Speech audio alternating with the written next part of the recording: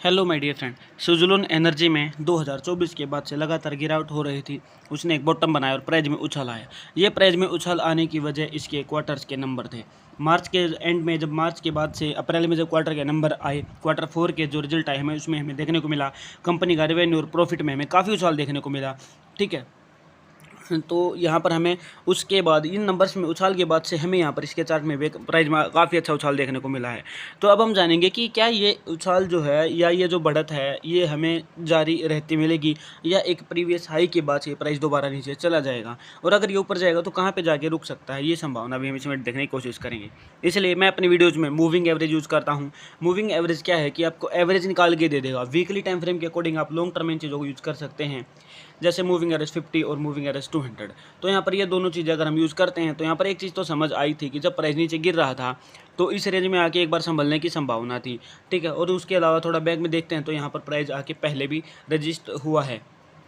तो एक पॉइंट जहाँ पर पहले आके प्राइस रुकता है और अगर ऊपर बाद में ऊपर चला जाता है दोबारा प्राइस वहाँ पे आके दोबारा रुकने की संभावना बनती है, और वही चीज़ हमें यहाँ पर देखने को मिली। अब अगर प्राइस में ज़्यादा गिरावट रहती तो मूविंग एवरेज 200 जहाँ पर पहले प्राइस ने सपोर्ट लिया था उसी रेंज में आने की संभावना बन जाती।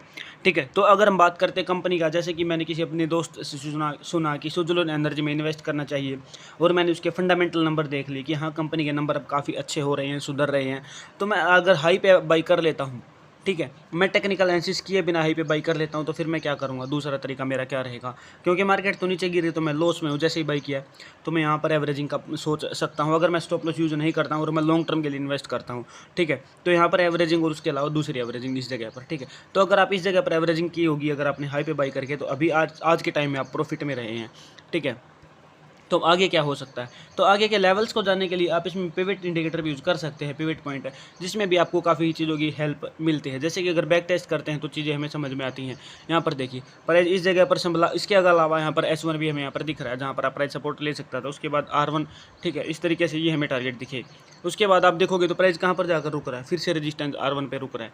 ठीक है, उसके बाद अगर आप आगे देख रहे हैं तो R3 पे रुक रहा है। तो ये पॉइंट है जहाँ पे आगे प्राइस एक बार जाके रुकने की संभावना हमारी बनती है। तो अब प्राइस यहाँ से ऊपर कहाँ जा सकता है, ठीक है, तो R1 पे जाके 87 पे, और अगर इसको क्रॉस करेगा तो 111 पे, यानी कि अगर आगे के टारगेट हम बात करते हैं तो 87 और 111 हमें टारगेट आगे के दिख रहे हैं। और अगर प्राइस दोबारा से नीचे आता तो 61 पे ही कंसोलिडेट करने की इसकी पॉसिबिलिटीज़ हमारी ज़्यादा बन रही हैं, तो इसी रेंज में। तो ये कुछ लेवल्स हैं, मैं बताना चाहूँगा, मैं सेबी रजिस्टर्ड नहीं हूँ, लेकिन चीज़ें यहाँ पर जो इंडिकेटर्स हैं काफ़ी हेल्प कर रहे हैं चीज़ों को समझने में, और काफ़ी सटीक भी हैं। आप इसको बैक टेस्ट भी कर सकते हैं। ठीक है, आप पहले भी आगे जाके देख सकते हैं कि हाँ प्राइस कहाँ कहाँ पर जाकर संभला है। जैसे कि अगर यहाँ पर देखिए R2 पे आके रुका है। ठीक है, जैसे संभावना थी R1 या R2 पे रुकेगा, फिर R1 R2 पे रुकेगा। ठीक है, इस तरीके से अब यहाँ से प्राइस R1 पे आके संभला है। ठीक है, उसके बाद देखिए आप यहाँ पर देख रहे हैं, आपको साफ साफ दिख रहा है कि हाँ प्राइस कहाँ पर संभला है। वीकली टाइम फ्रेम में तो ये मूवमेंट काफ़ी बड़ी है, फिर से R1 पे संभला है। ठीक है, प्राइस आगे जाके रुका है। ठीक है, तो ये चीज़ आपको काफ़ी हेल्प करती हैं। अगर आप पिवट इंडिकेटर भी यूज़ नहीं करना चाहते तो सिंपल आप मूविंग एवरेज भी यहाँ पर देख सकते हैं, जैसे कि मैंने अभी आपको वीडियो में बताया है। तो मुझे उम्मीद है मेरी वीडियो आपको पसंद आई है, वीडियो से काफ़ी चीज़ आपको समझ में आई है। आप बैक टेस्ट करिए, अपना खुद से समझिए चीज़ों को, ताकि आपको समझ आ सके, आप दूसरे स्टॉक्स पे इस चीज़ को अप्लाई करें ताकि आपको चीज़ें क्लियर हो सके।